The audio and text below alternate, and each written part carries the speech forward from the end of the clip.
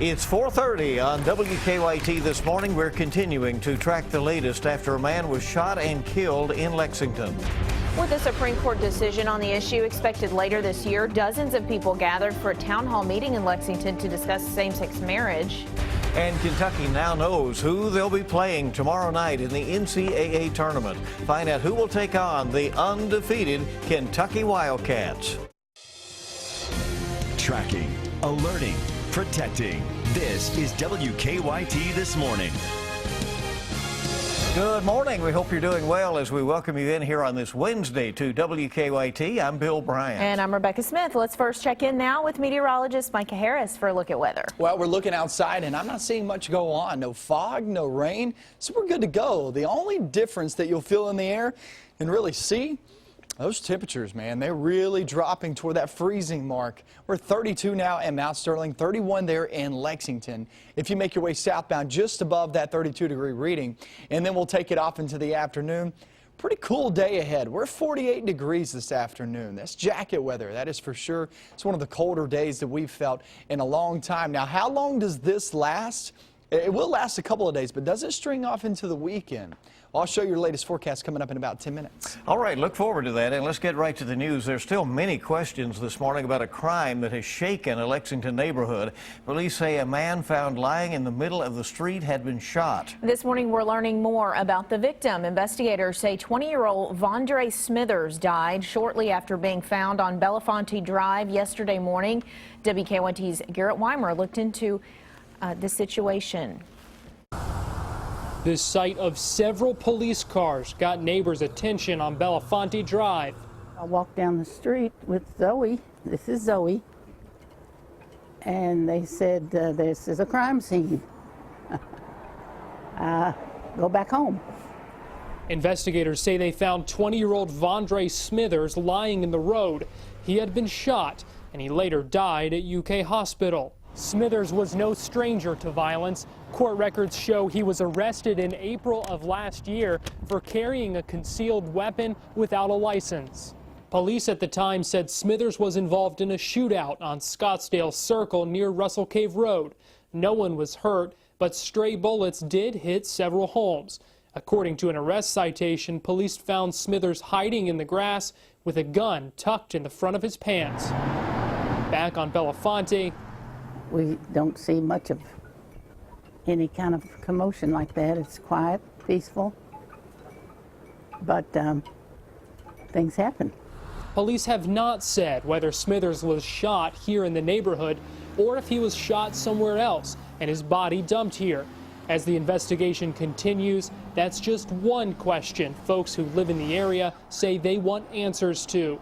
In Lexington, Garrett Weimer, WKYT. You know, the coroner's office says Smithers' body will undergo an autopsy in Frankfort later this morning. Well, community has said goodbye to a Nicholasville police officer who died in a crash. Hundreds of people attended the funeral for Officer Burke Rhodes at Southland Christian Church yesterday. Law enforcement agencies from around the state paid tribute to him. Officer Rhodes' widow spoke at the end of yesterday's funeral. Police wanted her and the couple's children to know they weren't mourning alone. I just want to say thank you.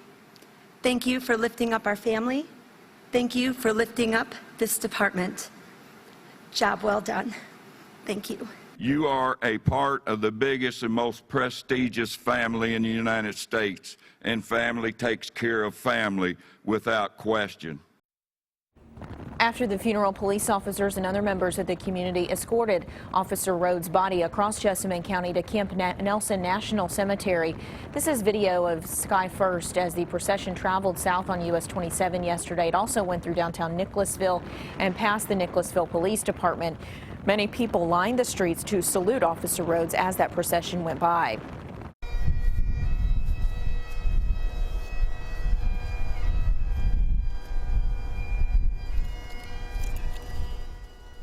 A final ceremony was held once the procession reached Camp Nelson. Officer Rhodes was laid to rest there.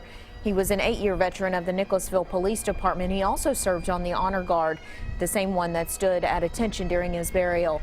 In lieu of flowers, his families asked that donations be made to the Fallen Officers Fund. Now 4:35 on WKYT, and retired Fayette Circuit Court Judge Armand Angelucci will be laid to rest today. Judge Angelucci died Friday morning at the age of 94. He was elected to the Fayette County Circuit Court bench in 1971 and served there for 19 years. His son Joseph was a Fayette County Sheriff's deputy who was murdered in the line of duty in 1988. His procession will be traveling through Main Street to the Cavalry Cemetery today at about 11:30.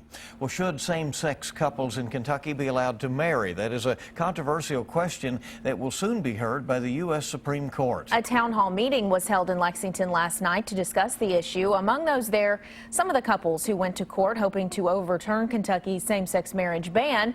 WKYT's Monique Blair has this story. The most important thing is we're not that different than any other family. We just happen to be two men, raising our family together. Greg Burke and Michael DeLeon were among nearly 100 people tonight who are pushing for the Supreme Court to overturn state provisions that define marriage as between a man and a woman. Everybody deserves the same right to love and to be with who they want to be with. Love has no gender. We're a family. Greg and I, we've been together 33 years. Now, Burke and DeLeon are legally married, federally speaking, and if the Supreme Court rules in favor of same-sex marriage, that's when they could be legally married here in Kentucky. The couple was married in Canada several years ago, but Kentucky's law doesn't treat them as a married couple. Our tax withholdings, with our employers, the federal, we can check off married, and, but the state we cannot. The court is expected to hand down an opinion by June of this year, and if it rules in favor of Burke and DeLeon, to them, it doesn't only mean a tax break. The birth certificates for the children changed to reflect their true parentage, with us as their parents, because, in Kentucky, only one of us could be on the birth certificate. In Lexington, Monique Blair, WKYT. Kentucky is one of 13 states where same-sex marriage is not allowed by law. This morning, a Bell County magistrate faces 18 drug and theft charges. Police arrested 50-year-old Ricky Gooden yesterday afternoon. It came after police served a search warrant at Gooden's business, County Gun and Pawn Incorporated. Police say he sold everything from pain medications to meth out of the pawn shop. Police say the arrest was the result of a 7-month investigation. They also seized guns and $5,000 from the business. Gooden didn't want to talk to us from jail. A man accused of stealing thousands of dollars worth of bourbon was back in court. The Franklin County Sheriff's Office arrested Gilbert Kurtzinger last week. Investigators say they found 5 barrels of bourbon stolen from the Wild Turkey Distillery in a storage shed near his home. Kurtzinger was supposed to have a preliminary hearing yesterday, but that was delayed because his attorney asked for more time to review information in the case. The sheriff says the investigation continues. Obviously, he made some very poor decisions. And I think all that, I think he realizes that, and at the end of the day, I think justice will be served in this case. The sheriff is not ruling out the possibility that this case could be connected to the 2013 theft of expensive Pappy Van Winkle bourbon. The Cats now know who they'll be playing tomorrow night in the NCAA tournament. Hampton and Manhattan played last night to see who would face off against UK. The Hampton Pirates beat Manhattan 74-64. Hampton's coach, Edward Joyner, was asked about the mountain in front of him. He said that he had Jesus on speed dial and that they will, quote, go try to play. The Wildcats will take on Hampton at the Yum Center in Louisville tomorrow. Tip-off set for 9:40 p.m. Late game right here on WKYT. And if you are headed to tomorrow night's game at the Yum Center, then listen up to this. Some streets and parking lots in downtown Louisville are still closed because of flooding. Louisville police say the 3rd Street ramp off of I-64 will be open, but they recommend taking the Story Avenue exit and following Main Street into downtown. They say you can also take the 9th Street exit because police will have extra crews there for traffic control to try to get folks through. They say allow yourself, though, plenty of time to get to the game and carpool if possible. And don't forget about our Hoops Hysteria Bracket Challenge at WKYT.com. You can make your picks round by round during this tournament, and you could win a 65-inch LED smart TV and a MacBook Air computer. It's free to enter, so a lot of fun there. Yeah. Time this morning is coming up on 4:40, and WKYT This Morning on your Wednesday is just getting started. What are the most popular cosmetic surgeries? The answer could surprise you. That's up when we return. And we're looking outside, temperatures right around freezing this morning. It's a different feel out and about. Now, as we head into the afternoon, it's going to be our cooler day in the forecast, and also that rain on the way. We'll talk all about that coming up.